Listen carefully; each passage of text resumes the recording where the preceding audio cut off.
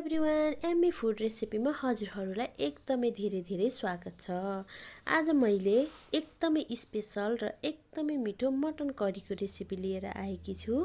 यो रेसिपी एकदमै मिठो हुन्छ र बनाउनलाई पनि एकदमै सजिलो हुन्छ र मैले हजुरहरूको लागि एकदमै सजिलो र एकदमै सिम्पल तरिकाले बनाएकी छु।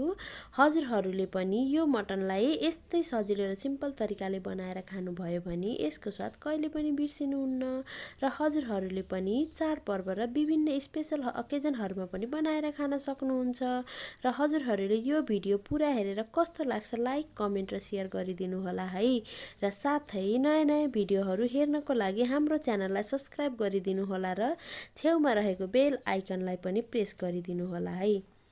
अब मैले सुरु गर्न जाँदैछु मटन करीको रेसिपी। त्यसको लागि मैले बसालेकी छु एउटा कुकर र कुकरमा मैले राखेकी छु तोरीको तेल।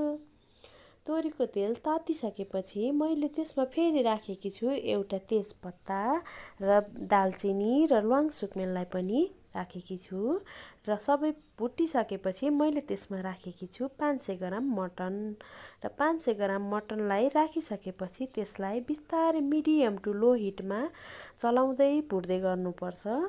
र मैले मटनलाई बिस्तारै एकदम लो हिटमा छोपेर पकाउँदै भुट्दै गरिरहेकी छु र घरिघरि बिचमा हेर्नु पनि पर्छ। र मैले मटनलाई चलाउँदै भुट्दै गरेकी छु र त्यसमा फेरि पानी आएको छ, पानीलाई पनि सुकन्जरी पकाउनु पर्छ र पानी सुकिसकेपछि त्यसलाई एकछिन रातो हुने गरेर भुट्नुपर्छ। र हेर्नुस् त अहिले बल्ल अलिअलि पानी सुकिसकेको छ र पानी सकेर पनि एकछिनसम्म भुट्नुपर्छ र भुटिसकेको छ। अब मैले यसको लागि मसलाहरू रेडी गर्न जाँदैछु। त्यसको लागि मैले लिएको छु थोरै जिरा, धनियाँ, 3-4 वटा रातो खुर्सानी, अनि मरिच, अदुवा अनि लसुन। र अब मैले मासु भुटिसकेको छ र त्यसमा राखेकी छु स्वाद अनुसार नुन, स्वाद अनुसार बेसार र त्यसलाई पनि एकछिन मजाले चलाउनु पर्छ है। र चलाइसकेपछि मैले त्यसमा राखेकी छु दुईवटा मिडियम साइजको पियाज र पियाजलाई राखेर पनि एकछिन राम्रोसँग चलाउँदै भुट्दै गर्नुपर्छ।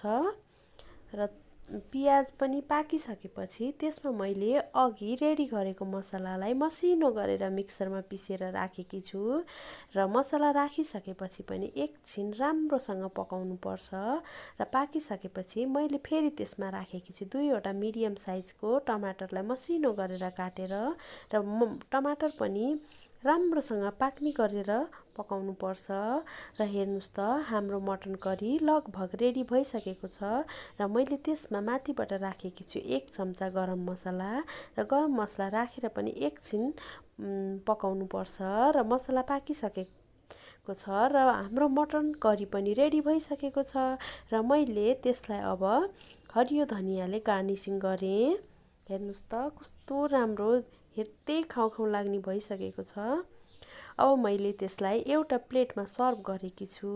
हेर्नुस् त हजुरहरूलाई कस्तो लाग्यो पुरा भिडियो हेरेर यसको प्रतिक्रिया दिन नबिर्सिनु होला है। र अन्तिममा मेरो भिडियोलाई पुरा हेरेर लाइक, कमेन्ट, सेयर र मेरो च्यानललाई सब्स्क्राइब गरिदिनु होला है। र साइडमा रहेको बेल आइकनलाई पनि प्रेस गरिदिनु होला है त। यति भन्दै हजुरहरूको दिन एकदमै शुभ रहोस्। By by.